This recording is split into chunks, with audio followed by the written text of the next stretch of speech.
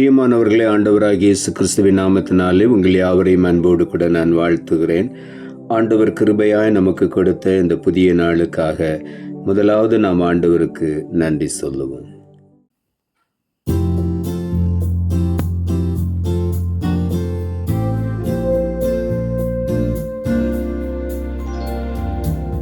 நீதிமான் தள்ளாட விட மாட்டார், நித்தமும் காத்து நடத்திடுவார். நீதிமான் தள்ளாட விட மாட்டார், நித்தமும் காத்து நடத்திடுவார். கர்த்தர் மேல் பாரத்தை வைத்து விடு, கலங்கி தவிக்காதே. அவரே உன்னை ஆதரிப்பார், அதிசயம் செய்வார்.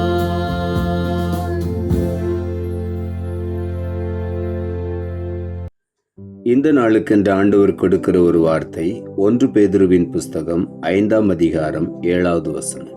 1 பேதுரு 5:7. அவர் உங்களை விசாரிக்கிறவரானபடியால் உங்கள் கவலைகளை எல்லாம் அவர் மேல் வைத்து விடுங்கள்.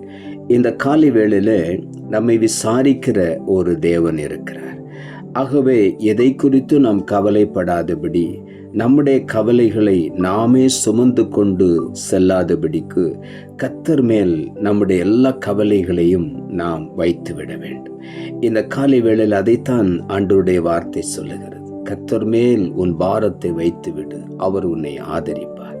இந்த காலை வேளையில நம்முடைய பாரங்கள், கவலைகள் எல்லாவற்றையும் அவர் மேல் வைத்து விடும் பொழுது அவர் நம்மை விசாரித்து நம்மை நலமான வழியிலே, நம்மை ஆசீர்வாதமான பாதையிலே நம்மை வழிநடத்துகிற தேவனாயிருக்கிறார்.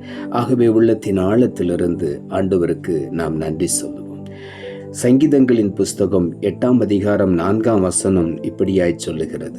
மனுஷனை நீர் நினைக்கிறதற்கும் மனுஷகுமாரனை நீர் விசாரிக்கிறதற்கும் அவன் எம்மாத்திரம் என்கிறேன் என்று தாவீது எழுதுகிறார். மனுஷனை நீ நினைக்கிறதற்கு அவன் எம்மாத்திரம், மனுஷகுமாரனை விசாரிப்பதற்கு அவன் எம்மாத்திரம். நாம் அண்ணன்று ஆண்டவன் நினைவு கூறுகிறார். ஆகவே இந்த காலை வேளையில உள்ளத்தின் ஆழத்திலிருந்து ஆண்டவருக்கு நன்றி சொல்வோம். நம்மை ஆண்டவர் நினைத்திருக்கிறார். மண்ணான நம்மை ஆண்டவர் நினைத்திருக்கிறார். அவர் நம்மை ஆசீர்வதிக்கிற தேவனாயிருக்கிறார். நீதிமொழிகளின் புஸ்தகம் 12ஆம் அதிகாரம் 25ஆம் வசனம் இப்படியாய் சொல்லுகிறது. மனுஷனுடைய இருதயத்தில் உள்ள கவலை அதை ஒடுக்கும், நல் வார்த்தையோ அதை மகிழ்ச்சியாக்கும். இங்கே நீதிமொழிகளிலே அழகாக எழுதப்பட்டிருக்கிறது. மனுஷனை ஒடுக்கக்கூடிய காரியம் அவனுடைய இருதயத்துக்குள் இருக்கிற கவலை. அந்த இருதயத்துக்குள் இருக்கிற கவலையை அவன் யாரிடமும் பகிர்ந்து கொள்ளவே மாட்டான். தன்னுடைய இருதயத்துக்குள்ளே அடக்கி வைத்து கவலைப்பட்டு ஒடுங்கி போகிறான். ஆகவே தான் வேதம் சொல்லுகிறது, மனுஷனுடைய இருதயத்தில் உள்ள கவலை அவனை முற்றிலுமாய் ஒடுக்கி போடுகிறது, இருதயத்தை ஒடுக்கி போடுகிறது.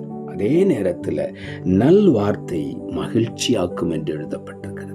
ஆண்டவருடைய நல் வார்த்தைகளை நாம் தியானிக்கும் பொழுது, ஆண்டவருடைய வார்த்தையை நாம் வாசிக்கும் பொழுது, அதை தியானிக்கும் பொழுது, அதன்படி நாம் நடக்கும் பொழுது, அந்த வார்த்தை நம்முடைய வாழ்க்கையை முற்றிலுமாய் மகிழ்ச்சியாய் மாற்றுகிறது.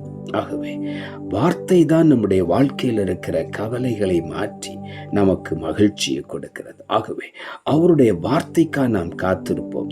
அவருடைய வார்த்தையை நாம் பெற்றுக்கொள்வோம். அவருடைய வார்த்தைக்குள் இருக்கிற ஜீவனை நாம் பெற்றுக்கொள்வோம். மத்தேயு எழுதின சுவிசேஷம் 6ஆம் அதிகாரம் 25ஆம் வசனம் சொல்லுகிறது.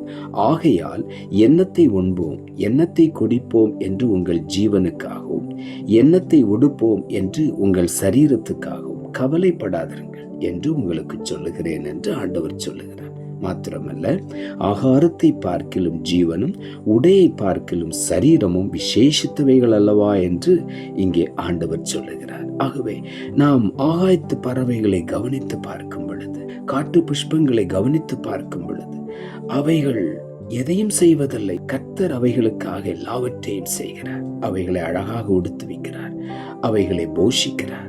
ஆகாயத்து பறவைகளை போஷிக்கிறார், காட்டு புஷ்பங்களை உடுத்து வைக்கிறார்.